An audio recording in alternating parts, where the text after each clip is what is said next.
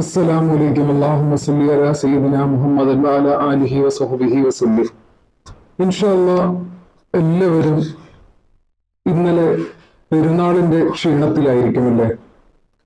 ഇന്ന് പറയുന്ന ഒരു വിഷയം എന്ന് പറയുന്നത്, ഏതൊരു പ്രയാസം വരുമ്പോഴും ഏതൊരു സാഹചര്യത്തിലെ ബുദ്ധിമുട്ടുകൾക്കും പ്രയാസങ്ങൾക്കും അനുയോജ്യമായ മരുന്ന് വേറെ ഒന്നും തന്നെ ഇല്ല.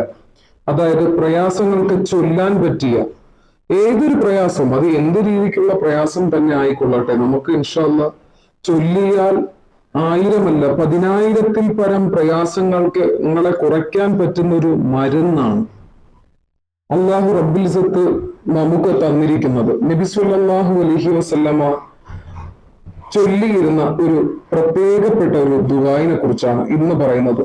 പ്രയാസം എന്ന് പറയുമ്പോൾ നമുക്ക് പല വിധത്തിലുള്ള പ്രയാസങ്ങൾ അനുഭവപ്പെടാം, അല്ലേ?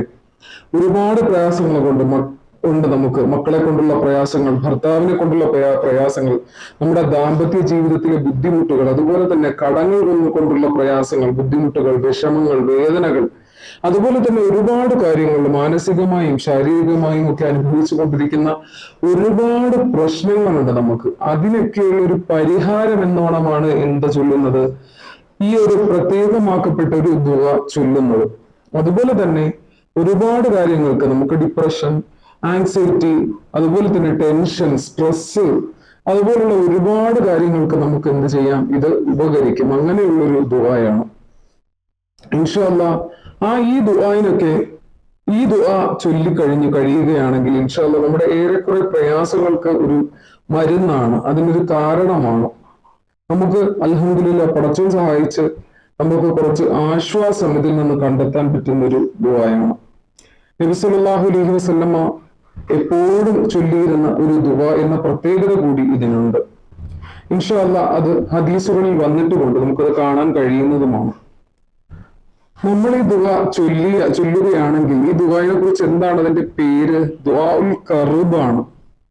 ഇൻഷാ അല്ലാഹ് ഒരുപാട് സ്ഥലത്ത് വിശേഷിപ്പിച്ചിട്ടുള്ള ഒരു ദുആയാണ് ഈ ദുആ എന്ന് പറയുന്നത്. അതെന്ത് ചെയ്യുക, നമ്മൾ ഈ സാഹചര്യത്തിൽ എപ്പോഴും ചൊല്ലുക, അല്ലെങ്കിൽ ഒരു പ്രയാസം വരുമ്പോൾ മാത്രമല്ല ചൊല്ലേണ്ടത്. ഇൻഷാ അല്ലാഹ് നമ്മൾ കഴിവുള്ള സമയത്ത് കഴിയുന്നത്ര ചൊല്ലുക.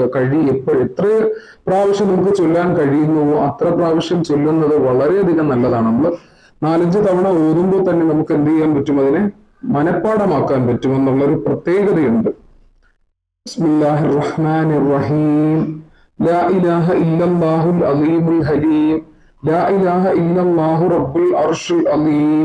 ലാ ഇലാഹ ഇല്ലല്ലാഹു റബ്ബുസ് സമാവാതി വ റബ്ബുൽ അർളി വ റബ്ബുൽ അർശിൽ കരീം. ഇൻഷാ അല്ലാഹ് ഇതാണ് ദുആഉൽ കർബ്.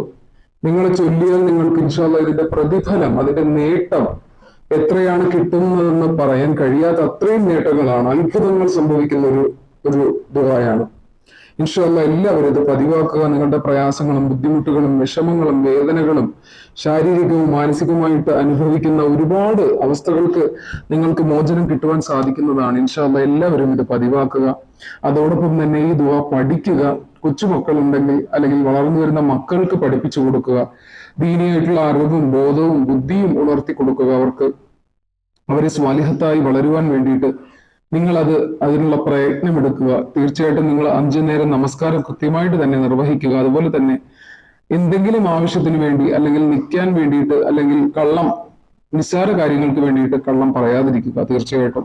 എങ്കിൽ മാത്രമേ നമുക്ക് ഇഖ്ലാസോട് കൂടി ഇത് ചൊല്ലുകയാണെങ്കിൽ നമുക്ക് അതിന്റെ നേട്ടം കൈവരിക്കാൻ സാധിക്കുകയുള്ളൂ.